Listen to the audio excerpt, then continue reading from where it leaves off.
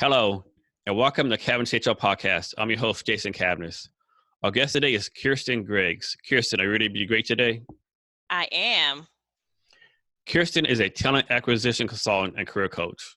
In 2017, she founded Trap Recruiter LLC, a small business committed to bridging the gap between the job seeker and organizations committed to attracting, hiring, developing, and retaining diverse talent and fostering inclusive, equitable cultures. During her 19-year career, she has implemented creative recruiting strategies for defense, intelligence, federal, and civilian contract portfolios and accumulated a full range of talent acquisition experience, including full lifecycle recruiting, executive hiring, talent acquisition operations, training development and delivery, talent acquisition and product management, college recruiting, internal staffing, and proposal and combat capture. Always focused on relationship building, she engages with a broader audience via her blog, as a guest speaker, as a guest on various podcasts, facilitating workshops and training, and as creator of the #Recruiter Problems mini series. Keirsten, thank you for being here today. I really appreciate it. Thank you for having me.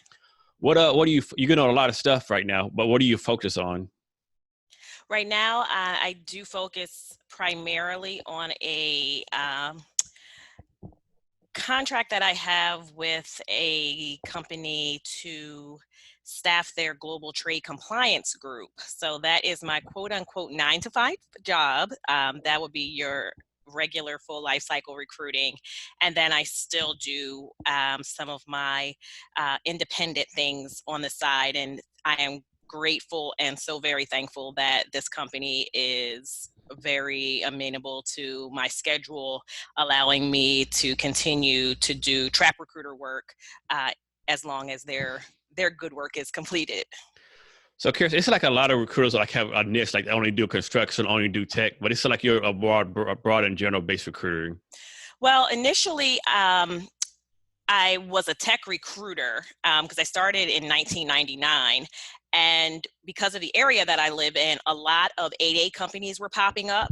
And the way that I got into government contracting was that a company that was one of our customers, they actually did not have a recruiting department.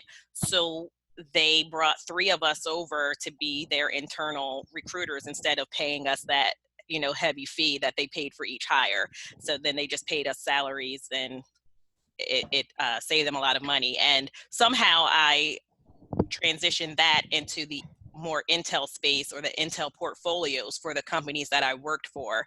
But again, that work was very broad. It could be an executive hire, it could be a contracts person, it could be a security person, it could and it could be an IT person or an engineer. So the only difference was, in a lot of cases, I was adding a clearance to the requirements for the jobs I was hiring against. So, Keirsten, so you do both defense and civilian recruiting, correct? Yes. So what are some of the differences between the two? Is one easier or more challenging than the other one, or they're about the same? Defense is definitely more challenging, again, because you only have so many folks that are not only used to the culture of a defense contractor, especially when you're talking about people that are going to be sitting on site at a government site or at a military installation. So that is a little bit more difficult when you add the caveat that they not only have to know the programs and the little nuances of the culture, but they also have to have a security clearance. Keirsten, can you explain your passion for recruiting, why you decided to do this as your career? I love helping people. There is a wonderful feeling that you get when you help someone get a job. I know what it's like to be unemployed. I didn't at the time that I started recruiting. I thought it was going to be more of like a sales type of thing. And, I had this idea, the same that I think we see on memes now, where, it's like what people think I do. And it's like this lavish lifestyle. We're on boats and yachts, drinking champagne. And that's not really it. We really are doing work. So I had this idea of what it was going to be like to be a technical recruiter. But the more I got into the actual strategy of it, being a relationship builder, building trust, helping people get a job, creating the organizational culture with the people that I was hiring, making sure I was hiring the best talent that we could. That's what really, drives me and gets me excited every single day. Keirsten, what do most job candidates get wrong about working with a recruiter? Sometimes it can be a little bit abusive.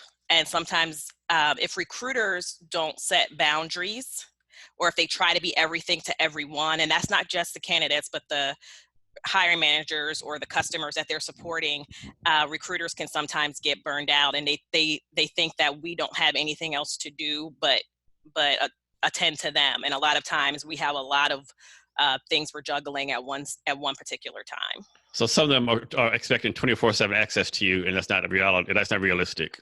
It's not realistic. I do my best as I've gotten older and more mature to, really be the one that sets those boundaries and cuts the lines of communication after a certain time, because people will try to have access to you 100%. Especially now, you can email me, which used to be the only way, or you could call me. And then, we got cell phones, so you can call me on my cell phone. You could call me at work. You could text me. You could email me. Now you can reach out to me on social media and tell everybody in the world that I did not respond to you in a manner that you, as timely as you would like. And now you've embarrassed me, and you probably talked yourself out of a job because maybe I was busy and I just didn't get to you yet, or maybe your timeline wasn't my timeline.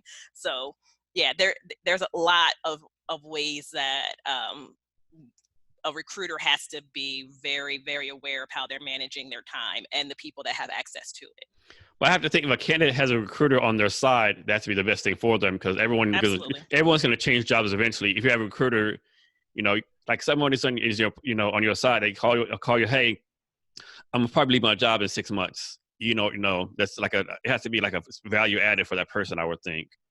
Mm-hmm. It definitely is. I think the biggest challenge that I have, if I'm speaking in general terms, there are always those one-offs, but it's with the people that know me personally and my family. They are the ones that take the most advantage, because I get crazy requests of things to do, because I have certain accesses to stuff, and I'm just like, no, that's not appropriate. Like, don't ask me to do that. I'm not doing that for you. Or you know what, I don't have time to do that right now, because I do actually have a job that makes me do the things that you're asking me to do. Keirsten, how much of a challenge is you'll work on the company and the hiring manager just gives a job description, and based on that you give them some candidates and they come back, oh no, this is what I want, I really need this now? How often does that happen? A lot. It happens a lot in organizations that are new, and I'm working in an organization that is 100% new. I was actually hired to staff the organization completely. That group of people, I should say, because it is a large company, but this group is new. So there is not a lot of confidence in what they need, because there's no precedent already set. And the things that went wrong with the previous group, I think they're far too focused on not repeating those mistakes, that they're not really looking at what went right and what can we replicate and how can we move things forward quickly. So it happens to me, unfortunately, a great deal, where I'm revising things, I'm redoing things. Most of the time it's because of the level of the position that they described. They put out one thing, and I think they wanted to get a lot of, responses, or see what they get back. There's a lot of that, what will I get back? They cast a wider net, and then they start to draw it in. And when we do find the right person, we end up having to do a lot of administrative work in the background to correct the level of the position. And that is one of my pet peeves in recruiting, because you don't level people. I feel like you level positions. Yes. So Keirsten, it's like most new companies that start out and they'll hire the people they know, but the person probably isn't the best person to do marketing for you, and usually they hire people like them. Yes, absolutely. How do you convince people that maybe your best bud is not the best marketing person, and maybe look for other people who don't look like you, diverse hiring and stuff? How do you convince people to do that? It's not easy. We talk a great deal about diversity, inclusion, and equity today, every single day. And I have added I come up with like these little terms all the time. And, I believe in deliberate diversity. I believe in intentional inclusion. And I think a lot of people are doing that. They're deliberate in wanting to have a diverse workforce. They're intentional in going to diversity job fairs, or reaching out to veteran organizations, or going to NSBE and SWE, et cetera, going to different conferences and things like that, and bringing in interns every summer, and transitioning a certain percentage of those. So they're intentional, but they don't empower and allow for equity to come into the organization. So that's why they lose a number of their diversity hires, why they can't retain diversity hires at the rate that they would like, and why the workforce remains very, very, very for lack of a better term, vanilla. Yeah, I agree with you. It's not easy, because I have a start myself trying to do hiring and stuff. It's not easy. Right. First of all, hiring as a startup is not easy at all, because oh, I can't pay anything, but I give you this thing called equity, which you probably won't get. It's like I tell people, me telling you I'm gonna give you equity is the same as me telling you the pot of gold and the rainbow is yours. So Right. it's definitely not easy. Definitely a challenge. So Keirsten, tell us something about owning your own business that you did not expect. I did not expect to do so much work that has nothing to do with recruiting. Um, I have always been adamant that I did not want to be branded as a recruiting agency. Like, I don't want to be that, because number one, I'm only one person and I really don't have the bandwidth. But there are so many things that go into owning a business that I just was not prepared for, and I just was not ready for. But thankfully, I have some very strong entrepreneurs around me that aren't necessarily in my industry, and that has helped me tremendously to be able to bounce things off of someone that's doing something completely different, but that has the same challenges, or has been through the same challenges I have as a business owner. Yeah, small business is like always something to do. Like, you finish one thing, oh, I'm done. Oh no, I'm not done. Never done. So from your point of view, what makes someone a great recruiter? Number one, I think passion for recruiting. You really have to love it. You have to have very thick skin, and you have to be able to change your course very quickly. You're not going to be able to follow a script every single day. You're not going to be able to be, A to Z, 1 to 10 methodical every single day. You are going to have to change your priorities over and over and over again. And if you can become, okay with that, with having, multiple personality disorder and OCD pressed upon you, then you're going to be a great recruiter. Keirsten, how often or what percentage do you have to deal with people, asking you to do something unethical or illegal? How often does that happen as a recruiter?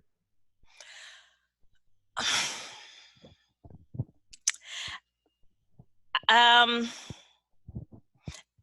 I think I don't get those, because I come from an environment that was highly bureaucratic, where we did have to follow a lot of rules, and sometimes I felt like there was a lot of self-imposed governance that I myself was trying to get away, trying to get around to make my life a little bit easier. Not that I was doing anything unethical or illegal, but I think some of the controls that we put into the process can sometimes make things, more difficult than they should be. So I don't get any, outright blatant requests to do something illegal.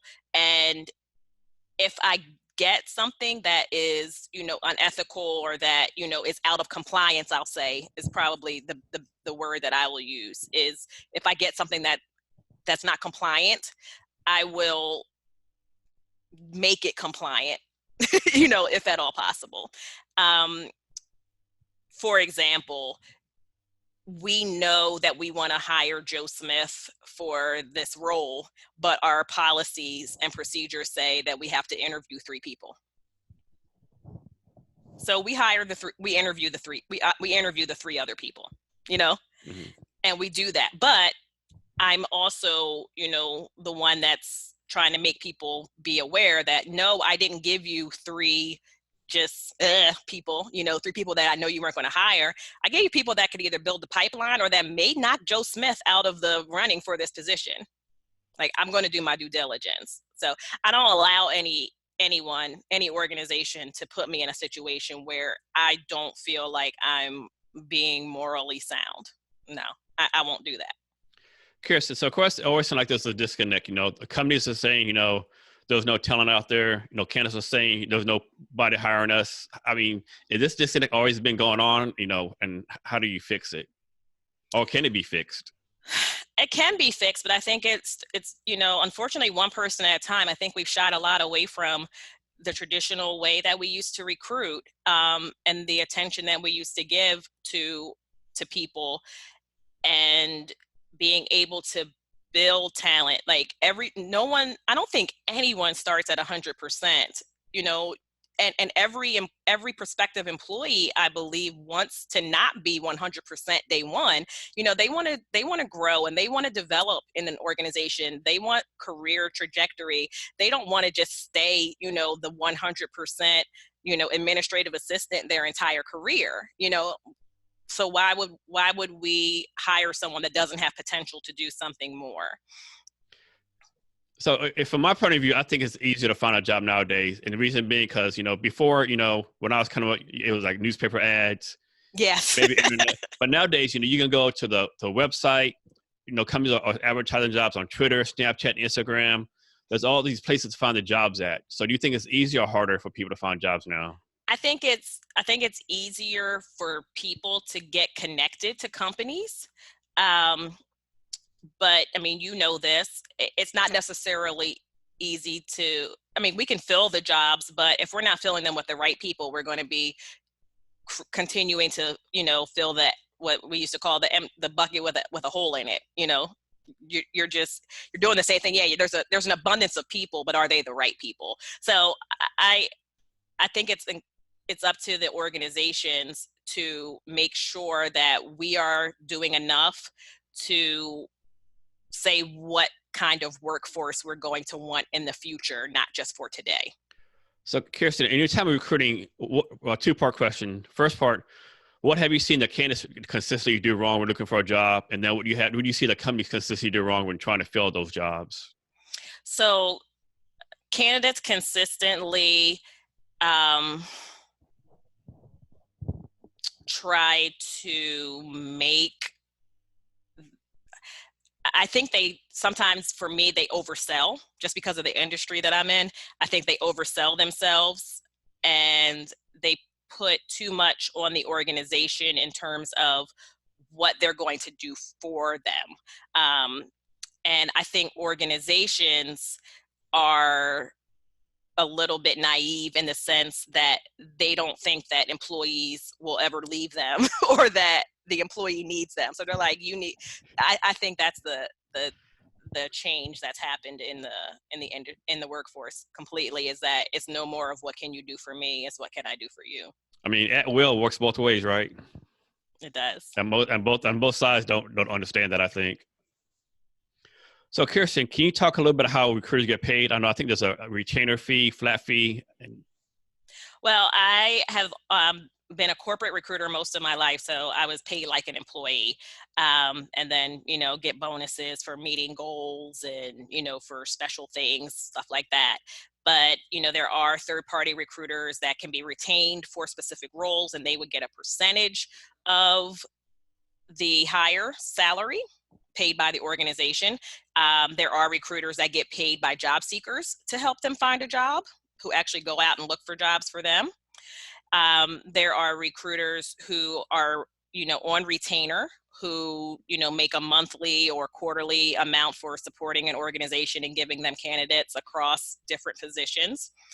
And then there are recruiters who help people who supply contingent workers or temporary workers. So they get paid a percentage of a person's bill rate.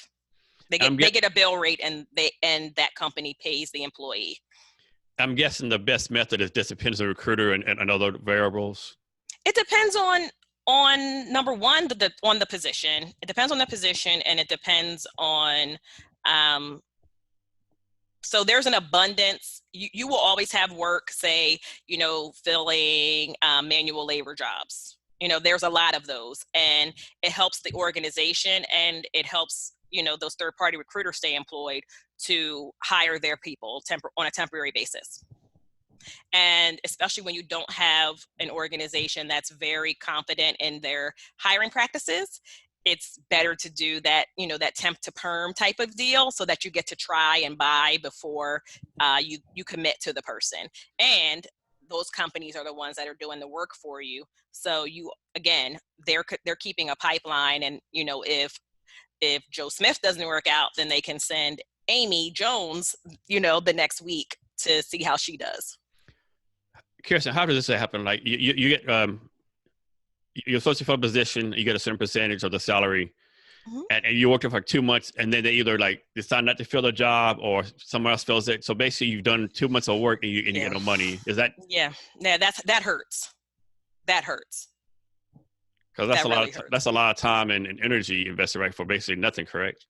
It is, but a lot of times recruiters will be working with those type of talented people, especially in executive search. They may be looking at 2 companies or 3 companies that this person can be a fit for.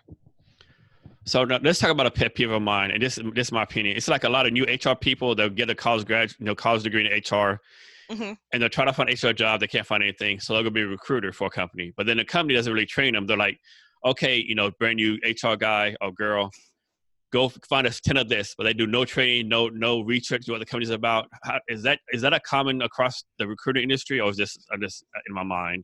I think it is, because I get a lot of feedback, especially being in a new company, where, I hear things like, you're the best recruiter I've ever worked with. And I'm like, I'm just doing my job. Like, I just don't think it's anything. I know I'm doing my job. And my last corporate jobs were in operations. So I was the one that was doing the training for recruiters, doing the training for hiring managers. So any place I am, you're always learning. You're always, being a better recruiter, myself included. I mean, I'm not the best recruiter I could be. You're always going to need that continuing education. And let's just be honest, a lot of these organizations that hire recruiters that don't have a certain personality or a certain passion for it, they don't really have a lot of respect for recruiters to begin with. So it's just a stopping place. I did work for a company once in the Intel space that put these new college grads or people that were moving off of projects or people that were waiting for their clearance into recruiting, and that sent a bad message. No, I mean, I'm speechless on that one. It happened.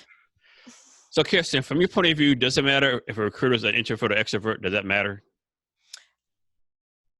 I am an ambivert. So I think I'm the best of, I'm introverted and I'm extroverted when I need to be. I definitely, because when I am engaged in the work, in talking to people and talking to my hiring managers and talking to candidates, doing phone screens all day. Like, I actually have days that I set aside where I only do phone interviews, or am going to be actually what I call on, because I need time to disengage. I can't be on 100% of the time. Yeah, like me, I consider myself an introvert. Like, I hate small talk. I don't talk about talking about the weather. Right. But I love, like, if you put me in a group of 50 people, I love like giving speeches, like doing this. But like one-on-one small talk, not so much. Yeah, I'm very similar to you in that I feed off the energy of the other people. So if they're not giving me anything back, then I'm just like, no thanks. Keirsten, I understand you have something for our listeners today. Yes. So one of the things that I offer through Trap Recruiter LLC is career coaching, and I will offer a 20% discount for, say, 10 of your listeners if they sign up for career coaching sessions. And Keirsten, can you share your social media with us so people can reach out to you? Yes, I can be found everywhere: Twitter, LinkedIn, Instagram, Facebook. Did I miss any? No, those are the only ones I use. I have Snapchat, but I don't really use it. At Trap Recruiter, TRAPRECRUITER. Don't laugh. And for our listeners, we'll have the links to her gift offer and her social media links and a blog and our show notes at our blog, www.cavnessHRblog.com. Keirsten, we come to the end of our talk. Can you provide our listeners any last minute advice on any subject you want to cover? For recruiters, I want to encourage all of us to please just be good people. We are the ones who are creating the culture in organizations. And if we aren't doing our due diligence and bringing in the best people, and doing good hiring practices, then we are going to continue to have, trash garbage companies like we have now. So let's just be better people. Let's not continue bad behaviors that we see all over, and let's try and change the perception of what a recruiter is. Keirsten, thank you for your time today. I really appreciate it. You're doing a lot of great things for everyone. Thank you very much. Thank you. To our listeners, thank you for your time as well. And remember to be great every day.